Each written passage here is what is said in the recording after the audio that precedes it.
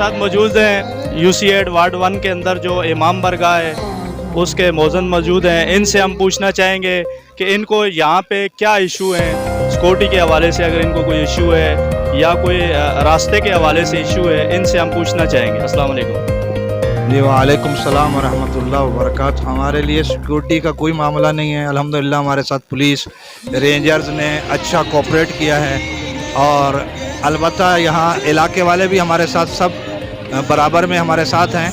लेकिन गलियों का जो मसला है, सेवरेज का मसला है, वो परेशानी का समा है कि बारिश की वजह से वैसे आते जाते गुज़रते हुए परेशानी का सबब है।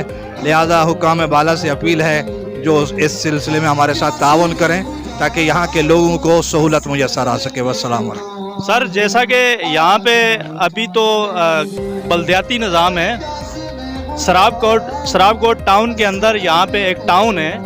आप टाउन के अंदर आपने शिकायत करी थी, जो आपको रास्ते का इशू है, लाइटिंग का इशू है। आपने टाउन के अंदर जाके जो टाउन चेयरमैन साहब हैं उनके आगे आपने कंप्लेन करी थी?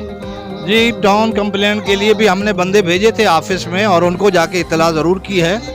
अब क्या उनकी मजबूरियां हैं, क्या मसाइल हैं, ये वो बेहतर जानते हैं। लेकिन हमारे साथ ना तो बिजली के हवाले से, लाइटिंग के हवाले से और ना ही गलियों के पक्का, जबकि सब जगह पे गलियां पुख्ता हो रही हैं, सेवरेज का निज़ाम बेहतर हो रहा है, मगर यहाँ के मसाइल जूं के तू हैं, अभी तक कोई उसका अमल नहीं हुआ। शुक्रिया। सिक्योरिटी के हवाले से तो जो मौज़न साहब हैं उन्होंने बताया कि सिक्योरिटी के हवाले से इनको कोई इशू नहीं है।